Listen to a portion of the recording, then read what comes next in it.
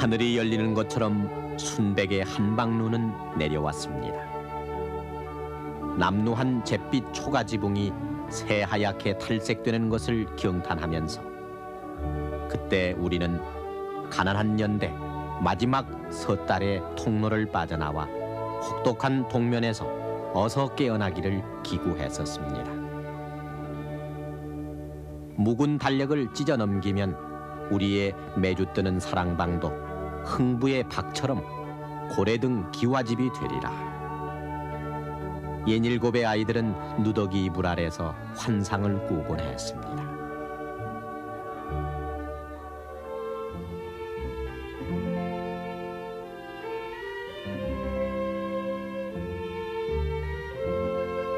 그리고 5원짜리 붉은 세뱃돈과 새 고무신, 또 고단한 소년기의 조그만 바램을 하늘로 날려보냈던 방패연의 정월.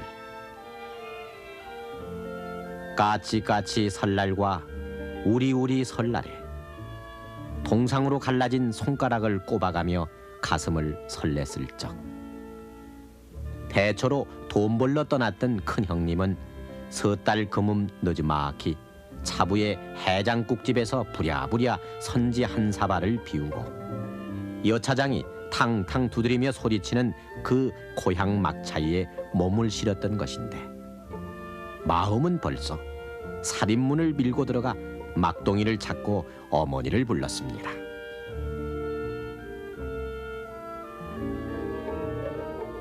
그러나 그해 섣달도 또 소망했던 이듬해 정월도 돌이켜보면은 궁핍의 연대기라는 괄호 속에 모두 갇힌 채 20해, 30해 전에 고만고만한 기억으로 멀어져 갈 뿐입니다. 파리한 햇살에다 손바닥을 활짝 피면은 춘삼월 고목에 새 잎이 돋아날 수라고 해서 고물고물 기어가는 손금, 운명선에 기대도 했었지만, 해가 바뀌어도 그 무명옷엔 누더기 몇 겹만 더 보태졌던 그 해, 또 그 이듬해. 설빔을 장만해주지 못했던 어머니는 침침한 눈빛으로 반지꼬리를 뒤져 골무와 바늘을 골랐습니다. 얼음장 찬물에 빨아서 말린 무명옷에 흠집을 기입고 또 기우면서 행여 눈물 자국으로 애써 꿰맨 그 옷이 더럽혀질까 두려웠던 어머니의 깊은 주름 사이로 금은밤을 밝히는 등잔불이 펄럭였던 그때, 쥐들이 다름박질을 쳤던 천정 아래서 눈썹이 새일까 걱정하다가 이윽고 정월 명절 포식의 단꿈에 빠져버리곤 하던 그때를 아십니까?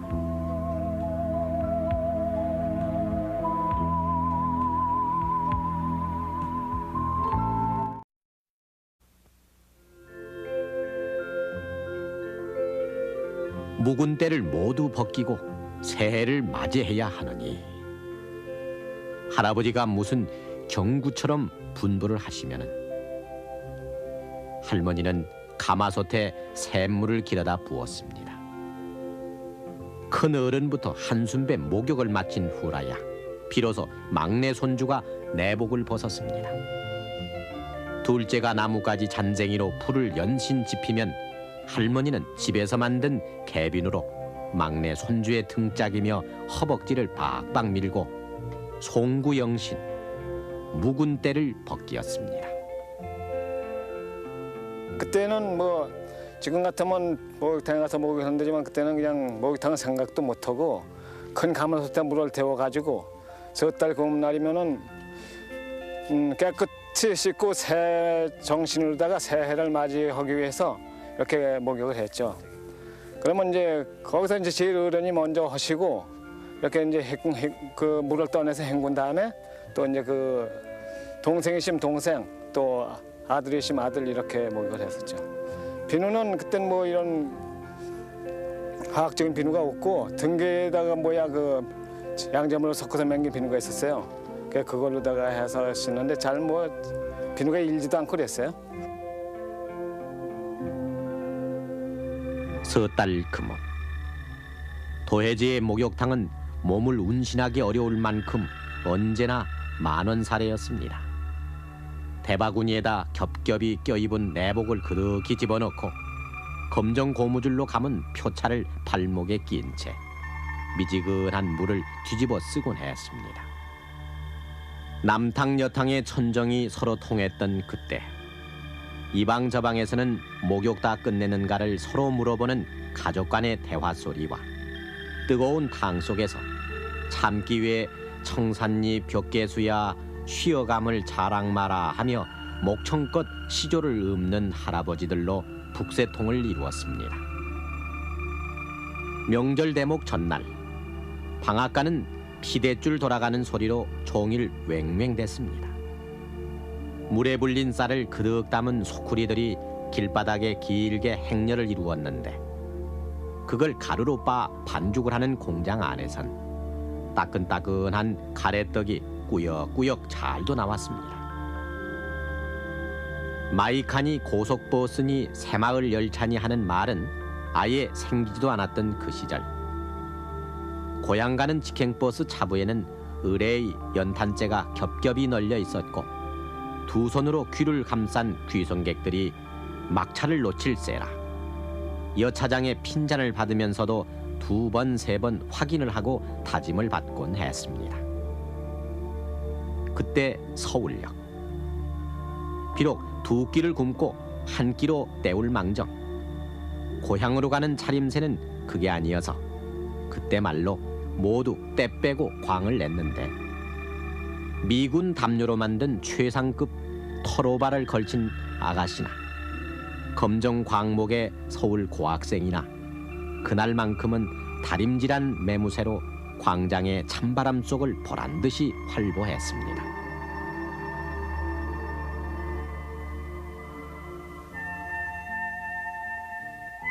한 해 마지막 해가 석현으로 기우는 그 무렵 고향의 내가 증검다리에서 흘낏 나타났던 금이 환향. 의뢰의 낯가우리 모자를 삐딱하게 쓰고 꼬깃꼬깃한 넥타이 위로는 털이 숭숭 빠진 목도리를 칭칭 감은 채 정종 됐병과 함께 우리의 삼촌 또는 큰형은 그렇게 나타났습니다.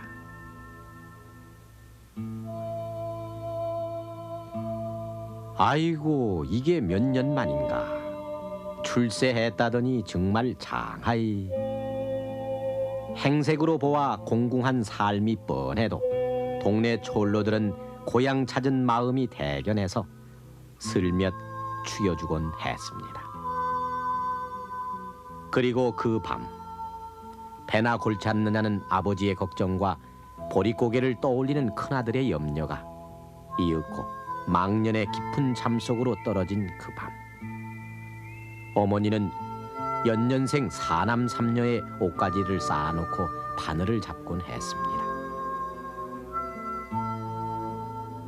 그냥 애들이 그냥 설만 되면 떡 해달라고 야단, 옷 해달라고 야단, 뭐 버선 해달라고 야단, 그냥 어떻게 그냥 할 수 있으면 그저 있는 거나 빨아 입히고 그냥 그렇지 뭐 없는 걸 어떻게 해요.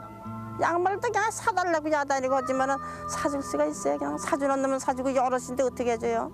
하나 둘 아니고 그렇게 지난 거지 뭘 그냥 그러자니 고생이죠. 뭐 그리 뭐 양말 같은 거 버선 키워주고 하자면 밤을 새서 그부를 데려가지고 나와서 아침을 조반을 허구리는 거려. 걱정이 들어오죠. 설날만 되면 아주 걱정이 들어. 벌써 석 달만 들어섰다 하면 아주 걱정해. 애들이 벌써 손을 꼽아가면서는 몇 밤 남았지 일해가면서는 해달리는 어떻게 해요.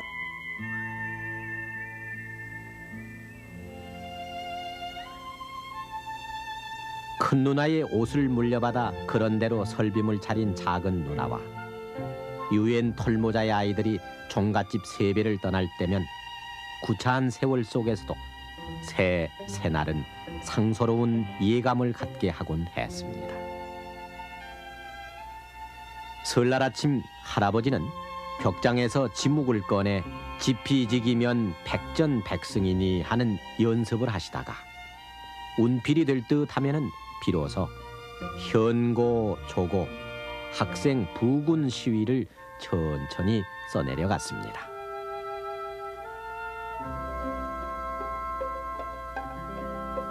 대청마루 옆 부엌에서는 할머니와 큰어머니를 필두로 작은 어머니, 숙모, 누나들이 북적거리며 쌀 팔고 보리 팔아 마련한 약과의 과일을 접시에 담고 누름젓에다 떡국에다 생선전을 부치는 냄새가 요란했고 고명을 얹어라 황백, 실백을 더 놔라 하는 참견으로 시끌벅적했습니다. 홍동, 백서, 좌포, 우회 또 어동, 육서, 이울, 조시에 맞춰서 상을 차린 뒤 종손이 그릇의 바닥에 절을 들어 3번 치는 것으로 조상께 음덕을 기리는 차례는 시작됐습니다. 붉고 흰 사탕에 다식, 약과, 그리고 떡, 사과, 배. 교자상에는 참으로 풍요로운 색감과 감칠맛 나는 냄새가 피어올랐으며 목숨수, 복복자로 금박을 수놓은 설빔 차림의 아이들 앞 산수화에서도 흰 눈이 소담스럽게 내렸고 그 속을 은빛 극락조가 훨훨 날랐습니다. 명절이나 제사 때면 늘 하는 순서이긴 해도 아이들은 곧잘 잊어버려서 어른 뒤에서 눈치를 보며 저를 꾸벅꾸벅 했고 언제나 이 차례가 끝나나 교자상 위에 떡국과 고기 산적을 보며 그저 침을 삼키곤 했습니다. 할아버지 할머니 만수무강하세요. 오냐 새해는 무병하고 건강해라. 할아버지의 덕담엔 허연 입김이 서렸고 세뱃돈으로 10판짜리 독도가 새겨진 지전을 받을 때면 어린 마음에도 환감했습니다. 세뱃돈을 지전으로 챙겨주는 집안은 그래도 넉넉한 편이었고 어지간한 집에서는 차례상에 놓였던 사과나 배를 집어주는 것으로 대신했습니다. 그토록 설을 기다렸건만 셋째 딸년의 옷은 기껏해야 닳고 다른 무명옷. 어머니는 시집도 못 가고 먼 나라로 출가해버린 큰딸이 생각나 정월 초하루에 목이 울컥 메였습니다.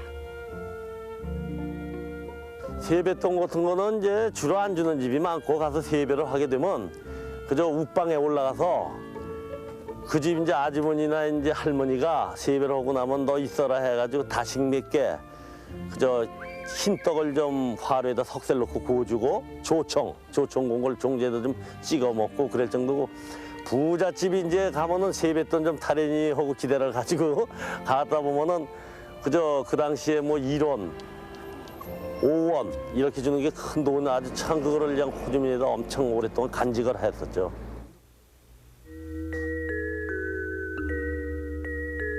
어쨌거나 오늘은 아이들의 설날. 사촌이나 육촌보다 떡국을 먼저 먹고 약과 유과 산자를 닥치는 대로 주머니에 쓸어 담았던 그래서 오직 배 채우는 날이 설날의 가장 기쁨이었던 그때의 정월. 어른들도 설날은 고기 안주에 막걸리 사발치기로 그냥 취하는 날이었습니다. 33년 전에 이 신문은 신년 기분에 지나친 술을 마신 한 사람이 서울 신공덕동 다리 아래로 떨어져 횡사했다는 안쓰러운 기사를 싣고 있습니다.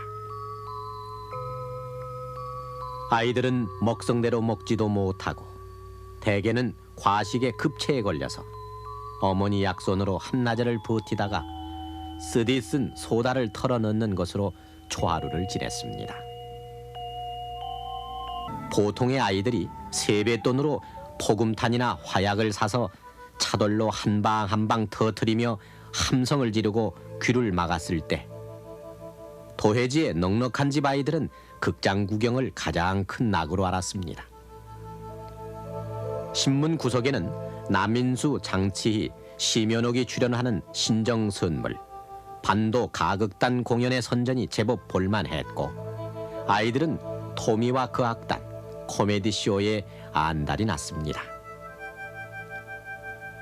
지금은 예순을 넘긴 막동이와 후라이보이의 코미디가 모든 일을 질펀하게 웃겼던 그때 텔레비전이 없던 그때의 아이들은 구경 못한 친구들에게 그들의 말투, 몸짓, 표정을 그대로 흉내내곤 했는데 다소 생경스러운 막둥이 청년의 표정처럼 그의 그날의 명절도 퇴색한 기념사진처럼 30년 전의 기억 어느 한 자락에만 머물러 있습니다.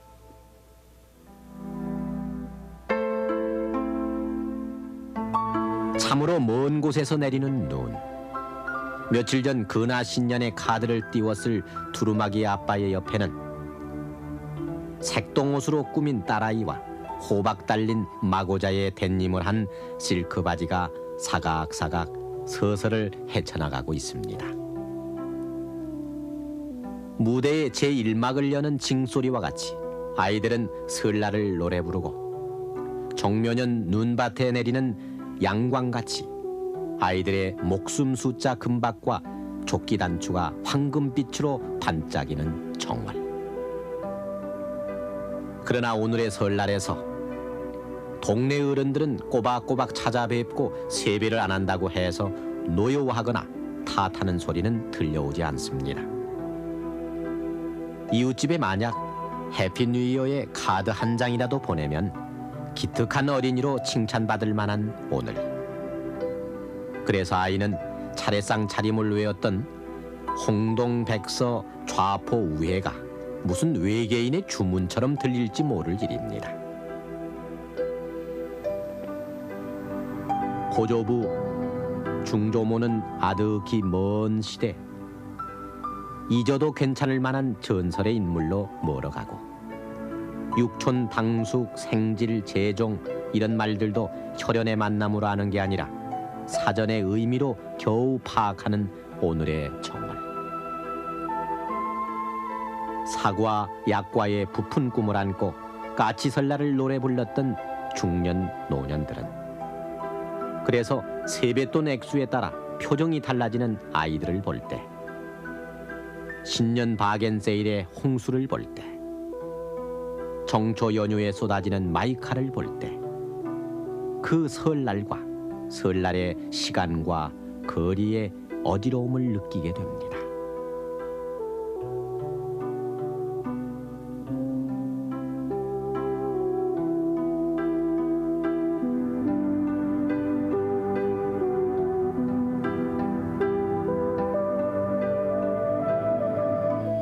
돌아보면은 다북다북 내리던 흰 눈은 오랜 시련을 덮어주기 위한 것으로 믿어지던 그런 시절이었습니다. 저 눈이 쌀이라면, 저 눈이 설탕이라면, 깡마른 가슴은 상상력마저 고갈돼 오로지 식욕으로만 눈을 가정하고 비유했던 그 시절. 물동이 호미자루를 내던지고 서울 갔던 순이도 돌아오고 낙가오리 뒤집어 쓴 삼촌이 돌아오고 그리고 모두가 포식의 잔치를 벌이고 쓰러졌던 30해 전의 정월. 복통으로 뒹굴었던 그 자리에는 설비물 위에 밤새워 누더기를 깁던 어머니 손끝에 피멍과 신방에 촛불도 켜지 못한 채 이승 먼 나라로 출가해버린 어린 딸의 옷고름이 겹쳐 향불에 어리듯 향불로 사라지듯 사위어 갈 뿐입니다.